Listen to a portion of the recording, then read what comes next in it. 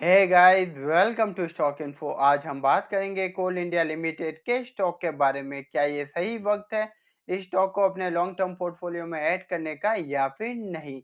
और स्टॉक के रिलेटेड जितनी भी लेटेस्ट डेवलपमेंट है वो भी हम डिटेल में डिस्कस करेंगे। चलिए शुरू करते हैं।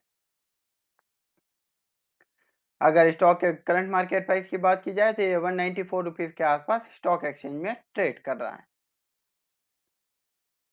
गाइस, आप देख सकते हैं जब से रशिया ने यूक्रेन के ऊपर हमला किया है तो रशिया के ऊपर बहुत सारे सैंक्शन लग चुके हैं वेस्टर्न कंट्रीज द्वारा, जिसकी वजह से जो क्रूड ऑयल और जो नेचुरल गैस है उनके प्राइस में आपको एक मैसिव ग्रोथ आती हुई दिख सकती है, जिसकी वजह से जो डेवलपिंग कंट्रीज है उनके ऊपर बहुत ज़्यादा प्रेशर आया है।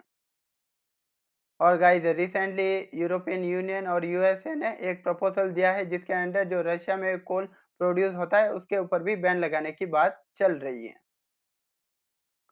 अगर रशिया के ऊपर बैन लग जाता है तो ये इंडिया के लिए एक अपॉर्चुनिटी हो सकती है। जो रशिया में कोल्ड प्रोड्यूस होता है वो रशिया इंडिया को डिस्काउंटेड रेट पे ऑफर कर सकता है, जिससे हमारी इंडस्ट्री बहुत ज़्यादा बेनिफिट कर सकती है।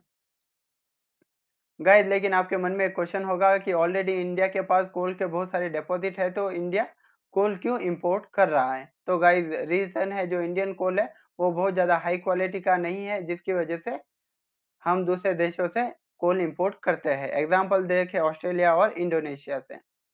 और गाइस, जो स्टील इंडस्ट्री में कोल की डिमांड है, जो प्रोडक्ट है कोकिंग कोल, वो भी इंडिया में बहुत ज़्यादा प्रोड्यूस नहीं होता है। रशिया उसका एक बहुत बड़ा मैन्युफैक्चरर है। एक बार हम कोल्स के वैरायटीज भी देख लेते हैं। गाइस, कोल्स के 4 वैरायटी होते हैं। पहला है पीट, दूसरा है लिग्नाइट, तीसरा है बिटुमिनस और चौथा है एंथ्रासाइट। गाइस, जो ये एंथ्रासाइट है वो हाईएस्ट क्वालिटी ऑफ कोल है, जिसकी डिमांड अक्रॉस द ग्लोब बहुत ज़्यादा रहती है। और गाइस, जो ये एंथ्रासाइट कोल है हम दूसरे देशों से इंपोर्ट करते हैं।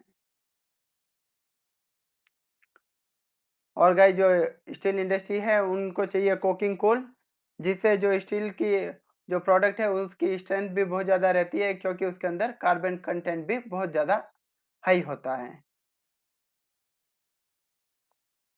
और जो इंडिया में एनर्जी प्रोड्यूस होती है उसका 75% हम प्रोड्यूस करते हैं थर्मल पावर प्लांट से, जिसमें हम कोल को बर्न करके उससे एनर्जी प्रोड्यूस करते हैं, जिसकी वजह से हम बहुत ज़्यादा कोल इंपोर्ट भी करते हैं। और गाइस, जो कोल इंडिया है रिसेंटली इन्होंने जो कोल माइंस का एलोकेशन है वो भी बहुत ज़्यादा फास्ट कर दिया है, जिसके अंडर जो प्राइवेट प्लेयर है उनको भी माइंस एलोकेट की जाएगी।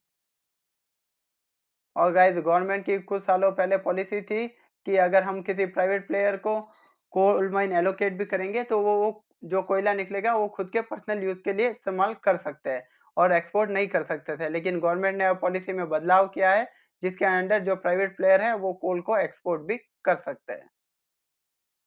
और guys, recently government of India की एक ड्राफ्ट पॉलिसी है जिसके अंडर जो हमारे नेबरिंग कंट्रीज है एग्जांपल बांग्लादेश, नेपाल, भूटान, उनको भी हम कोल एक्सपोर्ट करेंगे, जिससे जो चाइना का इन्फ्लुएंस है वो भी साउथ एशिया में थोड़ा कम हो सकता है और जो ये फ्रेंडली कंट्रीज है वो हमारे और क्लोज आ सकती है, जिससे हम फॉरेन एक्सचेंज भी कमा सकते हैं। अगर रिवेन्यू की बात की जाए compare to the previous year तो आपको इस कंपनी के रिवेन्यू में एक फॉल आता हुआ दिखाई देगा। 2020 में इस कंपनी का रिवेन्यू था 1,02,525 करोड़ रुपीज और 2021 में 98,808 करोड़ रुपीज।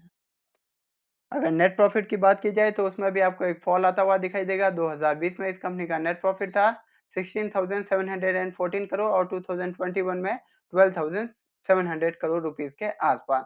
गाइस, जब कोविड-19 फैला था तो बहुत सारे बिजनेसेस भी शट थे और इंडस्ट्रीज को भी क्लोज करना पड़ा था, जिसकी वजह से जो पावर है उसकी डिमांड बहुत ज़्यादा कम हो गई थी, जिसकी वजह से जो कोल के प्राइसेस है उसमें भी आपको क्रैश आता हुआ दिखाई देगा।